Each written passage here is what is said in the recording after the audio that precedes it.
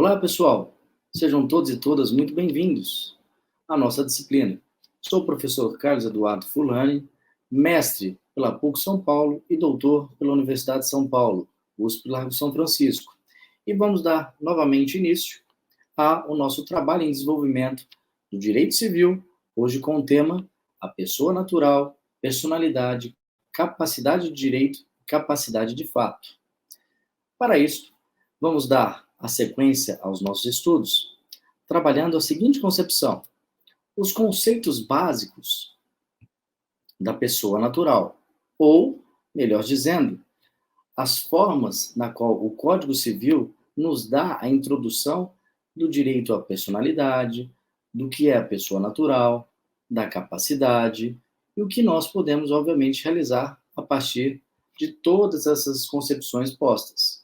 Para isto, fizemos um breve sumário do qual nos elenca o conceito da capacidade natural, a capacidade jurídica, a classificação das pessoas naturais, os menores, os incapazes, os maiores, os emancipados, a capacidade jurídica natural das pessoas e suas limitações, a capacidade civil das pessoas com deficiência e a morte e a sucessão das pessoas. Claro que, antes de adentrarmos toda esta concepção, precisamos compilar e entender alguns conceitos fundamentais. Percebemos, então, que a pessoa natural, também conhecida como pessoa física, é um indivíduo humano considerado sujeito dos direitos e deveres da ordem jurídica. A concepção de ter esta prévia condição nos dá a noção da personalidade jurídica quando do conhecimento desta pessoa natural, que começa a partir do nascimento com vida. Isso disposto lá no nosso artigo 2º do Código Civil Brasileiro. E se estende até a morte, onde que nós vamos perceber que há extinção.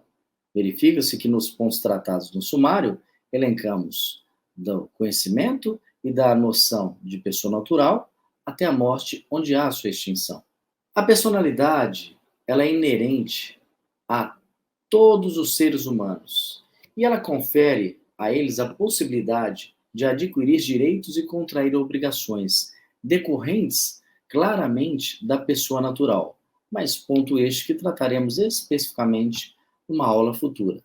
Para adentrarmos, então, após o conhecimento que essa pessoa natural é toda aquela que possui ou adquire a personalidade a partir do nascimento com vida, uma teoria da qual é trabalhada dentro das concepções do direito civil, vamos, primeiramente, conceber os conceitos como um todo: capacidade, capacidade jurídica, capacidade de fato. A capacidade de direito nada mais é do que a também conhecida como a capacidade a que refere-se à aptidão da pessoa para ser titular dos direitos e deveres. Ela é adquirida desde o momento também com o nascimento com vida. Percebe-se aí a teoria da qual nós vamos adentrar mais para frente, já a concepção não só da pessoa natural, como também da condição da qual ela exercerá diante das suas relações civis como um todo. Por exemplo, a capacidade de direito, ela é igual para todos, independente da idade, do estado civil, do gênero. Então, tanto menor quanto maior aqui, possui a capacidade de direito propriamente dita.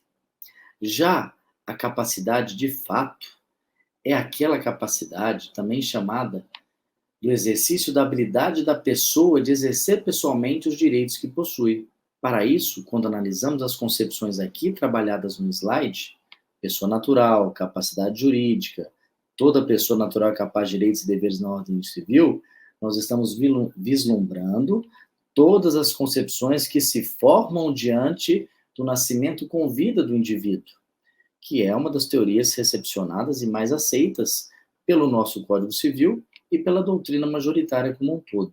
Tanto que, quando trabalhamos desta concepção do direito constituído, da capacidade constituída do nascimento com vida, trabalhamos também alguns pontos fundamentais, que trazemos agora no presente slide, onde o ordenamento jurídico brasileiro apresenta divergências em relação a essas questões, desde o fato da concepção e de guardar os embriões, como também de uma ação que levou-se a uma discussão extremada quanto à relação do feto anencéfalo, que é tratado na ação direta de inconstitucionalidade 3.510. Percebam vocês, retomando o slide anterior, que isto vem exatamente de encontro com a relação do slide do qual aqui vos apresento a questão do nascituro. O nosso Código Civil brasileiro, ele recepciona uma teoria chamada da teoria condicionada, ou seja, ele trata a relação do direito poder ser exercido somente com o nascimento do embrião ou do feto com vida. A grande discussão doutrinária da qual se teve com a ação direta de inconstitucionalidade 3.510 é o que seria esse nascimento com vida, o momento de respiração, a forma ou período do qual ele permaneceria com vida, e nós sabemos que um grande ponto é discutido, mas foi pautado. O direito ao feto, ou o direito da criança, ali na barriguinha da mamãe, ela já é constituída. Mas o direito de fato, a capacidade em si de poder posteriormente exercer e constituir a personalidade para o nosso Código Civil, só nos traz atualmente a teoria da qual prevalece majoritariamente a com o nascimento com vida. Não é à toa que definimos exatamente diante das concepções no slide que antecedeu a este, a pessoa natural, a aptidão de adquirir e contrair obrigações, somente com o quê? Com a concepção da vida. E aí, obviamente, vem os questionamentos. Então, teria ou não os embriões congelados direito ou capacidade? Há a definição da qual trazemos no Código Civil da expectativa de direitos, mas para a relação e aplicação e a efetivação do nosso direito civil, somente os traz ou somente os possui quando realmente do nascimento com vida. Não levando-se em conta essas descrições doutrinárias quanto à relação do prazo, do tempo, isto, obviamente, sempre é levantado ou é discutido pela doutrina, diante das percepções das quais os direitos sucessórios, os direitos de herança, teriam, obviamente, a prevalência. Mas isso nós vamos discriminar conforme tratarmos as relações de registro, averbação, diante das nossas aulas que aqui ocorrerão. Tudo bem? Dando sequência, então, nós percebemos exatamente o conceito e a característica da pessoa natural, que ela tem a fundamentação pelo próprio Código Civil brasileiro a partir do artigo 1º ao 10º, definindo as relações, as aplicações, os pontos fundamentais dos quais trazemos toda esta condição e toda essa discriminação da qual ferimos a vocês. É também perceptível, diante dessas relações conceituais das quais nós trabalhamos, alguns pontos inerentes da pessoa natural, da capacidade civil, do seu termo, das relações oriundas das quais trazem para nós toda essa percepção, que é nada mais, nada menos do que conceber essas conceituações, das quais são diretamente relacionadas e trazidas para cada um de nós. E aí percebemos, senhores, pontos fundamentais. Esses pontos são conceitos e características da pessoa natural. Quando ela começa, podemos partir do início do ponto do nascimento com vida. A partir desse momento, essa pessoa natural, ela ganha o início da personalidade civil e da qual ela é inerente. E trabalharemos um ponto à parte específico de todos os direitos que são concebidos quando do momento da concepção da personalidade civil como um todo. Mas, ao mesmo momento que ela possui essa condição de pessoa natural, que é o sinônimo da pessoa física, que é o ser humano considerado como sujeito de direitos e obrigações, que se dá com a condição do nascimento com vida, e se inicia, adquire-se assim a personalidade, temos também a condição da capacidade da qual ela vai constituir os pontos, os momentos, a adequação, quais são as condições dessa capacidade, em qual momento ela atinge uma capacidade plena, uma capacidade absoluta, uma capacidade relativa. Todos esses pontos estaremos aqui traduzindo. Mas percebam, a pessoa natural como um todo, ela já adquire todas essas condições. E, ao mesmo tempo, ela finda-se nessas relações com a incapacidade civil, eventual condição.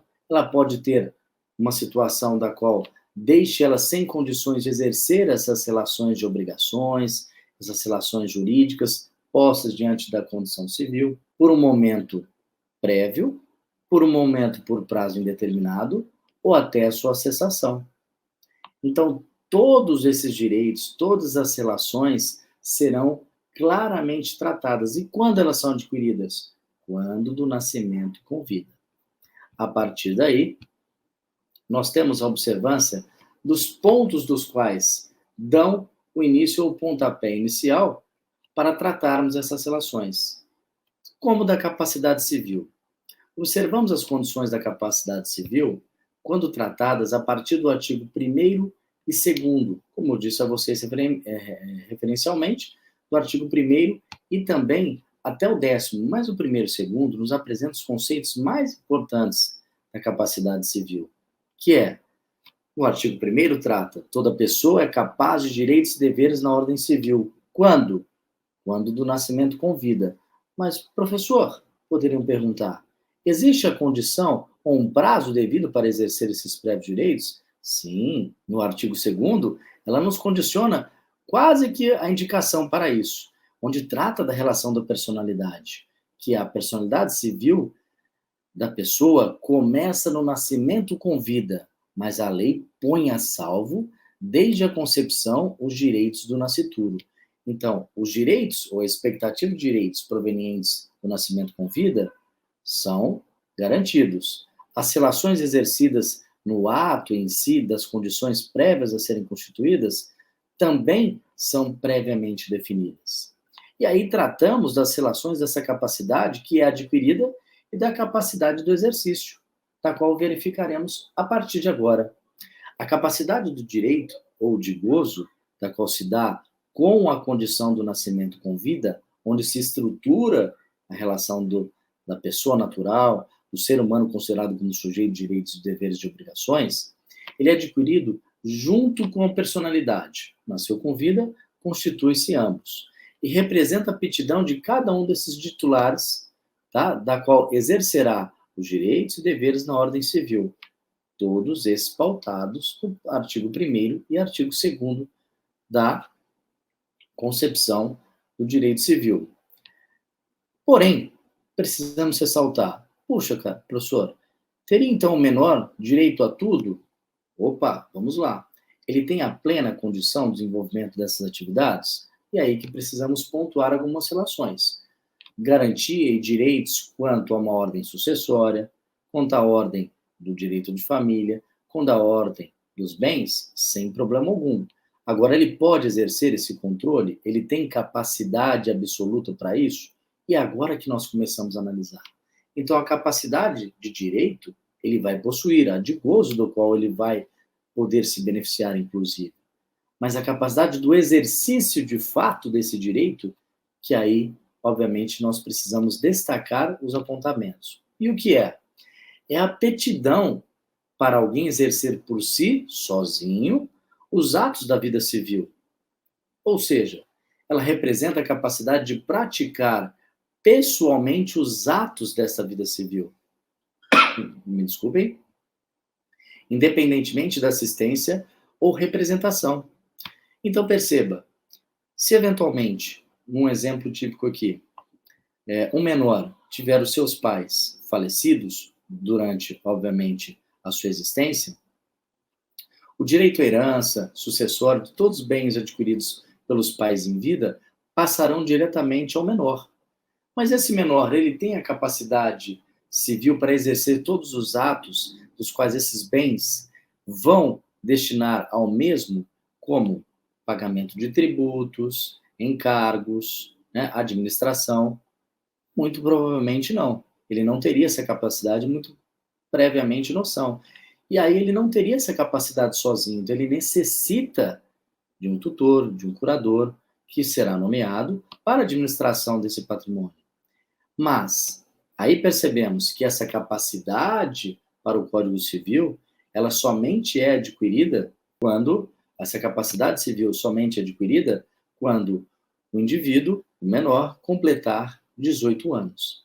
Percebam que para o nosso Código Civil, então, estabelece-se um prazo de 18 anos para o indivíduo exercer a capacidade civil plena, com exceções. Porque essa capacidade civil ela pode ser antecipada, mas a regra geral, na mesma ordem da qual nós tivemos aqui a conceituação clara da pessoa natural, de adquirir a personalidade, de adquirir a capacidade civil de direito, e não de fato, de direito, se dão com o nascimento com vida, para o Código Civil também a capacidade, conforme disposição legal, somente ocorre quando do exercício direto daquele indivíduo na idade mínima de 18 anos, ou seja, quando ele contempla 18 anos, ele possui plena capacidade civil. Essa é uma regra geral, é a regra da qual ela não se restringe a nenhuma antecipação da capacidade do indivíduo em adquirir toda a sua condição de exercer os seus direitos de forma plena. E aí, o código nos dá, inclusive o slide nos mostra, que essa capacidade, obviamente, possui essas funções traçadas. Tanto que nós trazemos aqui a capacidade jurídica pode ser limitada em caso específico de menores incapazes. Este é o ponto do qual nós vamos, inclusive, nomear aqui, quando esses indivíduos não possuem plena capacidade, possuem direitos, mas não capacidade. Observem o dado exemplo anteriormente posto do menor que teve seus pais falecidos, possui todos os direitos resguardados pelo patrimônio deixado pelos seus entes familiares, porém, não pode ainda exercê-los por não ter condição, inclusive, de exercê-los diante dessa condição da qual nós ilustraremos aqui a vocês. A capacidade, então, jurídica, ela pode ser ampliada em casos específicos. A capacidade jurídica ela é diferente da capacidade de fato, conforme nós mencionamos, e a capacidade de fato pode ser limitada em casos específicos por uma determinada condição. Então, percebemos aqui e podemos pontuar que a capacidade, ela elenca as relações das quais o direito passa de fato a exercer, o indivíduo passa de fato a exercer as funções destinadas ao seu desenvolvimento da vida civil de forma comum, dando-se através do nascimento com vida, onde que ele constitui a capacidade de direito, do direito à personalidade, aonde o mesmo se constituiu, e posteriormente, ao completar 18 anos, as condições de ter-se a capacidade de fato em exercer todas as suas relações jurídicas postas. Para tanto, verificaremos agora as exceções da capacidade de direito e a capacidade de fato, na qual o presente slide nos explicita aqui para nós e também da forma da qual nós vamos pontuar aqui item por item para vocês. E como ocorre isso? Quando se dá? O Código Civil, nas suas diversas doutrinações e referências, nos traz as relações de como essa capacidade civil, de direito e de fato se dão. Como que ela pode ocorrer? Da seguinte forma. O Código Civil nos estabelece que até os 14 anos nós somos absolutamente incapazes. Possuímos a capacidade de direito, entretanto, não possuímos a capacidade de fato do exercício de nossas atividades. Então, percebam vocês aqui elencando, a aptidão pode ser titular de direitos e deveres, a aptidão para a prática dos atos jurídicos. Olha a grande diferença. Na capacidade de direito, nenhum momento há negativa em que o menor, de 14 anos, não possui direito algum. Por quê? Porque ele já possui. Ele possui, inclusive, desde a sua concepção, na barriguinha da mamãe, que era a expectativa de direito, na qual se deu posteriormente, com o seu nascimento com vida, da constituição dessa capacidade de direito própria, civil, e do início da sua personalidade jurídica, e, posteriormente, quando ele viesse a completar 18 anos, a sua capacidade de fato. Porém, até os 14 anos, a lei é clara em trabalhar a concepção da qual os menores de 14 anos são absolutamente incapazes. Por isso, devem ser representados, devem ser tutelados, podem ter curadores, por uma situação da qual esta capacidade ainda ela não exerce a condição absoluta para realizar as suas concepções de fato, por maior conhecimento que esse indivíduo possa possuir. Aí, senhores, a doutrina também observou que aqueles indivíduos entre 14 e 16 anos podem, por sua vez, possuir uma capacidade relativa, da qual alguns atos podem, a partir desse momento, desta fase, serem devidamente autorizados, somente mediante lei, onde esta capacidade de direito, ela passa a ser ampliada, inerente à pessoa, mas as condições das quais a lei determina devem ser claras, devem ser objetivas, devem ser pontuais, obedecendo às regras para que essa capacidade de fato possam prevalecer. Por isso a própria condição aqui, ó, ela é variável, porque ela passa a ser relativamente capaz. E aí, senhores, a partir então dos 14, dos 16 e até os 18 anos, essa capacidade de direito que era inerente ao indivíduo e é inerente por toda a sua vida, ela passa a ser ampliada para a capacidade de fato pelas relações da qual esse indivíduo possa estabelecer e exercer. E aí se dá as condições necessárias para que essa capacidade de direito possa se transformar na capacidade de fato. E perceba que esse comparativo posto ali no próprio slide de vocês, é preciso titular direitos e deveres para praticá-los. Ele passar a ter essa condição com alguns pontos que nós vamos trabalhar, como a emancipação, tá? Como a própria condição do casamento, entre outras que nós vamos citar como exemplo, que antecipam estas relações da capacidade de direito em favor da capacidade de fato. Todos esses pontos são sempre vinculados e estabelecidos mediante a lei, onde essa capacidade de direito, que era uma capacidade geral, inerente ao indivíduo, ela passa a ser uma capacidade de fato, plena, específica, para que este indivíduo possa exercer as suas relações diante de todas as concepções dos atos da vida civil. E todos esses pontos, senhores, são vinculados à concepção da aptidão para a legitimidade desse indivíduo em exercer essas funções.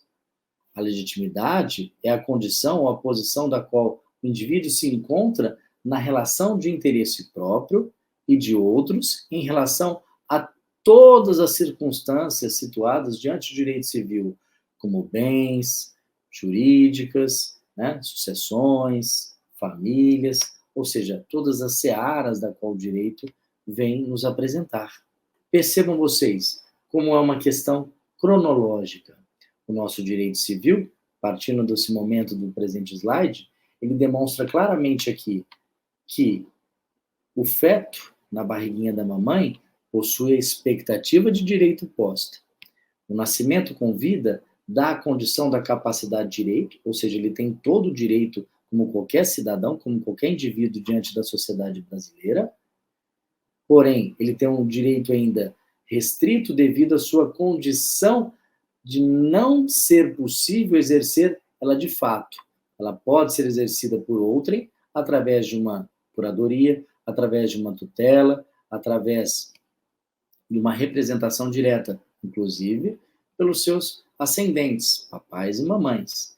Mas ela não é ainda absoluta, porque aquele indivíduo não possui essa plena capacidade, embora ele tenha essa capacidade de direito constituída em si. Aí, a partir do momento da qual o Código nos traz, com a sua concepção dos 18 anos, ele passa a ter essa capacidade absoluta. Mas, entre o momento até 14 anos, absolutamente incapaz do 14 em diante, ele pode passar a ser relativamente capaz e se tornar capaz, inclusive, antes mesmo dos próprios 18 anos, quando das circunstâncias e de fatos que venham a constituir esses direitos ao indivíduo para o exercício das relações jurídicas, das quais cada um de nós, indivíduos, podemos realizar diante das concepções de fato, como, por exemplo, um casamento, a compra de um imóvel, a compra de um bem patrimonial qualquer, todas as relações passam a ser constituídas. Isto posto diante da própria concepção da legitimidade, da posição da qual a pessoa se encontra na relação de um interesse, da qual ela exercerá em função de todas as concepções que passam a explicar as condições da capacidade, da constituição da capacidade e como essa capacidade nos condiciona ao exercício da vida civil como um todo. Dando sequência às relações, percebemos que a capacidade e a legitimação são pontos fundamentais da constituição do direito a ser exercido pelo indivíduo como um todo.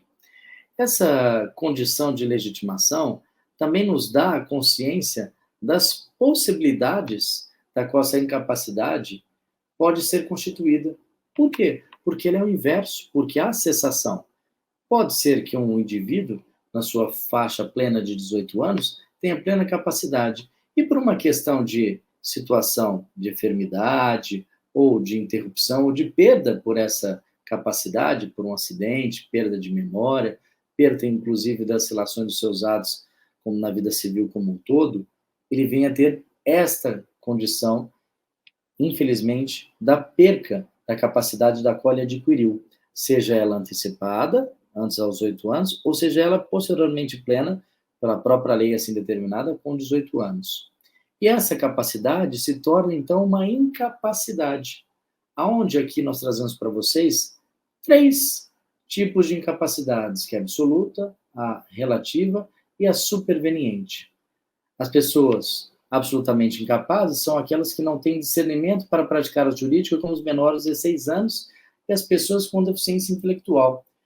Quando nós nos referimos aqui aos 14 anos, e a gente vai observar daqui a pouquinho, esta situação ainda ela é inerente às condições prévias a serem estabelecidas, mas a lei aqui nos dá essa prévia condição dos 16 anos, da qual já vou elencar a vocês essa diferença brevemente aqui.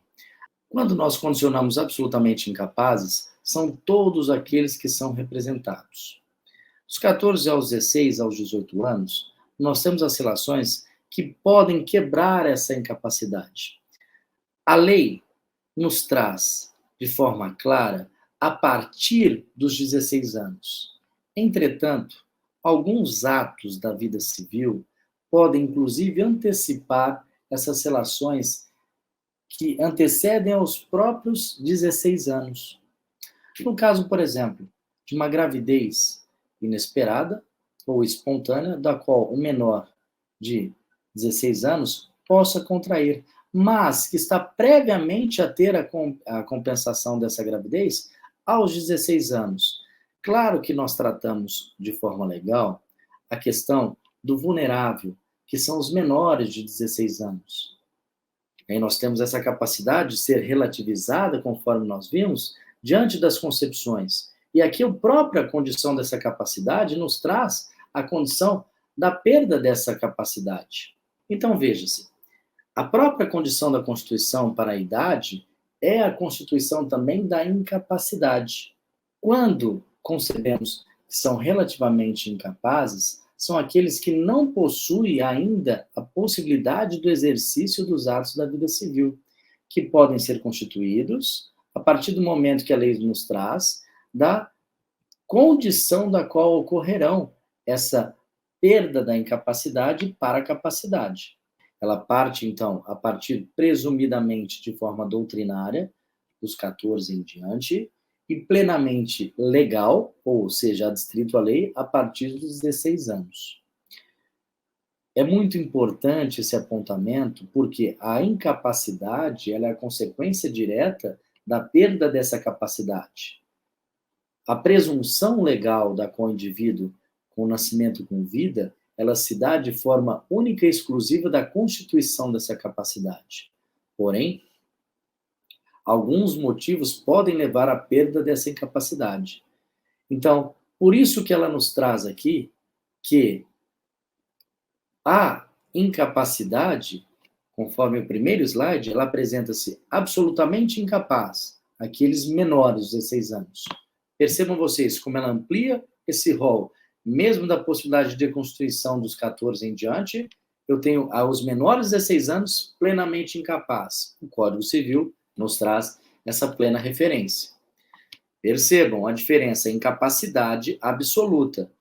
A capacidade relativa, ela pode começar a ser constituída, mas aqui ela é incapaz, ou seja, todos os atos daqueles indivíduos menores praticados não possuem validade. Eles devem estar obrigatoriamente representados, tutelados, diante de seus curadores, os quais terão como obrigação a responsabilidade dos atos por eles praticados.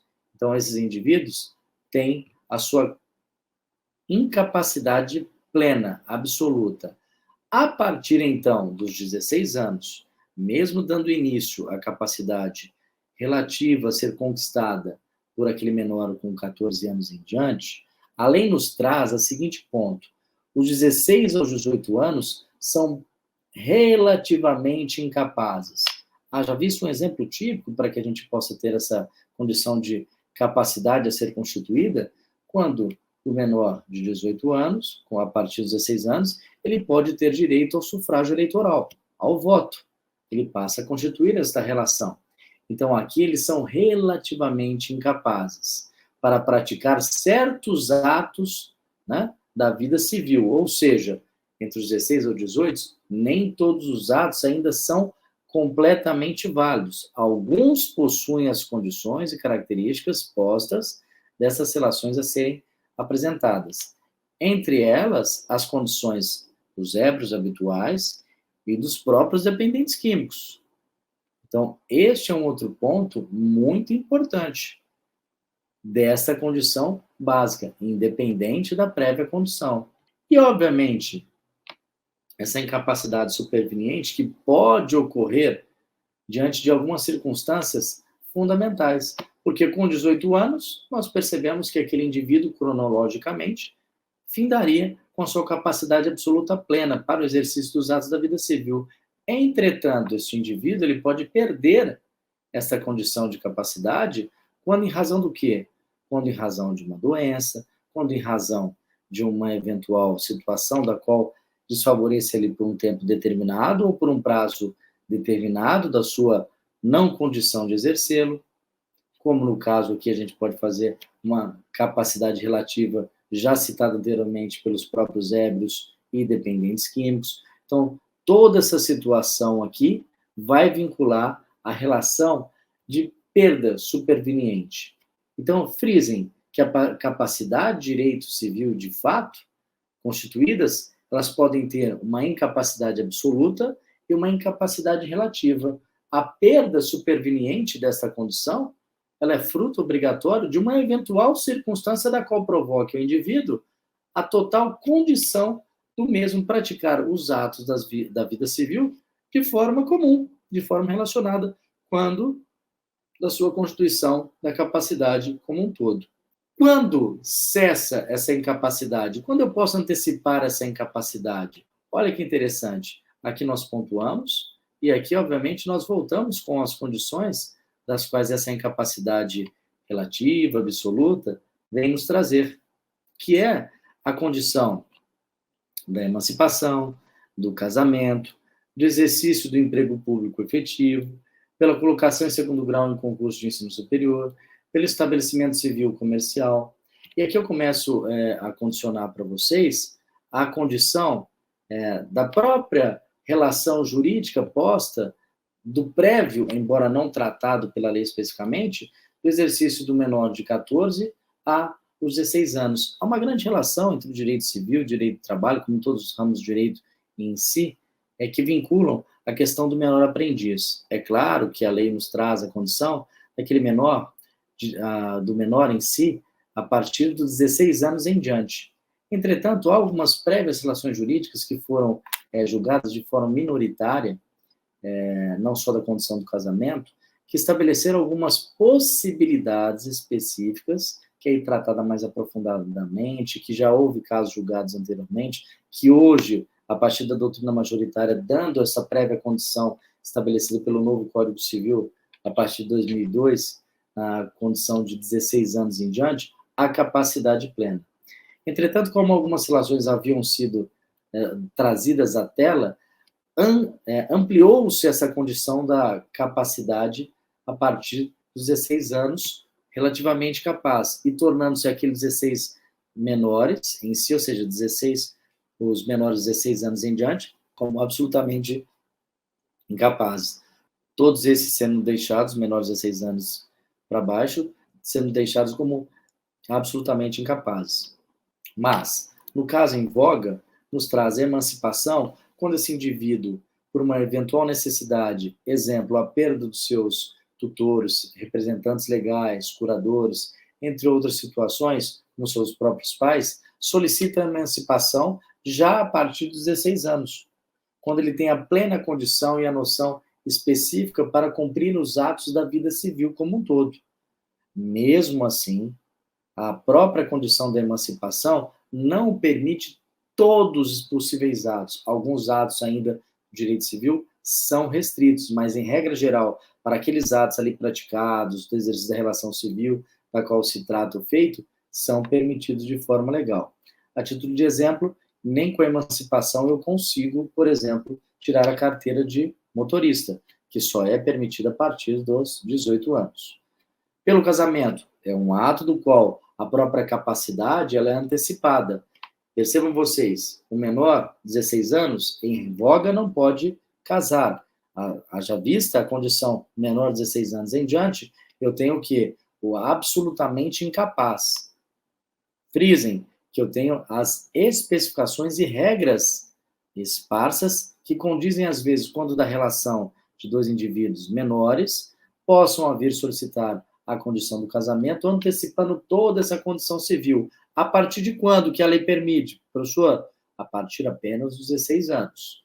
Em voga a exceção para não cometimento da questão do delito penal, né, de um crime de estupro de vulnerável, menor de 16 anos, quando dessa antecipação, quando ali o indivíduo está para completar os 16 anos em si. Mas para a idade civil, do Código Civil, estabelece a partir de 16 anos. O exercício do pleno emprego público efetivo, quando esse menor também solicita-se emancipação, quando passa em concurso público, já com 16 anos em diante, onde ele tem uma relatividade, uma capacidade relativamente ainda, vem estabelecer essa prévia condição, como pela colação de grau em curso de ensino superior, mesmo antecipação, da qual ele vai solicitar essa condição, e pelo estabelecimento civil comercial, que são as condições da emancipação nos atos da vida prática, jurídica, das quais este indivíduo possa antecipar, a título de exemplo, né, atores de novelas, filmes, cinemas em geral, que venham a solicitar essa relação da vida civil, comercial, da representação da sua própria imagem diante da personalidade. Ponto este que nós trataremos especificamente no futuro aqui. Concluindo, dando a prévia condição, aqui nós trazemos, né, essas condições clássicas da emancipação. No direito civil brasileiro, refere-se o ato da antecipação da capacidade civil plena, menor antes de atingir a maioridade de 18 anos, é um mecanismo que permite a um jovem adquirir autonomia para a prática de atos da vida civil, sem necessitar da representação ou assistência de seus pais ou responsáveis. É exatamente o ponto do qual nós havíamos auferido diante das relações. Então, os efeitos das quais trazem essas condições, né? Uma vez emancipado, o jovem passa a adquirir exercício dos atos da vida civil, sem necessidade de representação, de curadoria, de tutela, de todos aqueles que o representam quando este ainda menor. Limitações da emancipação, a proibição de frequentar determinados lugares, o consumir bebidas alcoólicas, ou seja, os atos da concepção dessa emancipação são definidos, porém, não são totalmente e todos os atos possíveis da relação daquele indivíduo que completa os 18 anos e tem absolutamente as suas condições. Essa emancipação se dá normalmente por uma condição específica, da qual tem-se a necessidade e o favorecimento de possibilitar aquele indivíduo que pede antecipação a prática de determinados atos da vida civil. Claramente aqui, tá? Sendo obrigatório a outorga dos seus representantes legais. No caso aqui do típico do slide, deixo para vocês aqui a outorga dos pais, tá? Como pode ser a outorga dos seus tutores, curadores e assim por diante. Limitações, como a gente já referiu para você, e distinção entre emancipação e maioridade penal. É importante salientar, isso aqui nós deixamos claro para vocês, que diante dessa prática, que a emancipação do direito civil brasileiro, ela não necessariamente atinge o quê? A maioridade penal, são conceitos distintos. Ainda para o direito penal, como para o direito civil, a concepção da maioridade, elas são distintas. Para o direito civil, ela contempla como da maioridade penal os 18 anos, entretanto, no direito civil ela pode ser antecipada, ela pode ser tratada em casos específicos, e no direito penal somente pode ocorrer a partir dos 18 anos, que é a responsabilidade do indivíduo, o cumprimento da pena, a personalidade da pena em si, ela vai adentrar de acordo com os atos praticados daqueles que são maiores de 18 anos. Muito importante esta correlação para que nós podemos estabelecer essa conjuntura diante dos feitos e fatos a serem trabalhados. Condicionamos ainda a condição da extinção da pessoa natural, que ela é, de forma geral, ocorrida pela morte real, pela morte presumida, pela extinção da personalidade, pela comoriência, entre outros pontos que nós vamos trabalhar com vocês, que são os fatos, tá? Da morte real, da morte presumida, da ausência e da comoriência, da qual se dão a perca da extinção da personalidade natural, a perca da personalidade. A morte real é a morte que de fato ocorre, o indivíduo que venha para ter um infarto e venha a óbito, teve a morte real. A morte presumida, aquela da qual a condição se dá uma circunstância da qual não se encontra o objeto em si, o corpo em si do indivíduo, é aquela quando de um acidente, na qual não consegue se identificar quem são as partes ou quais são as partes, mas não há sombra de dúvida que, infelizmente, aquele indivíduo se encontrava naquele determinado local quando da ausência do sumiço, inclusive que é uma consequência da morte presumida, quando não há essa identificação, e da comoriência quando dois indivíduos, principalmente vinculados ao direito sucessório, ocorre diante do fato de estarmos dois indivíduos, por exemplo, um vovô e um papai, que venham a falecer, presumir-se quem faleceu primeiro, diante de um eventual acidente. Sabem-se que os dois morreram no mesmo local, devido ao fato de um acidente. Isto voga-se muito pela condição e necessidade ao direito de sucessão, ao direito dos herdeiros, mas, em regra geral, dá-se a condição da morte ocasionada ao mesmo tempo, ao mesmo momento, para que todos possam vir a ter direitos nas condições da sucessão de forma legal. Esses são pontos extremamente fundamentais em que ocorre não só, né, a condição da perda da capacidade, pelos fatos das quais nós numeramos aqui, as condições, como da perda da pessoa natural e da própria personalidade, que são os feitos em voga destinados e trabalhados diante da morte real, da morte presumida, da ausência e da comoriência. Ficamos por aqui. Até a próxima aula, colegas.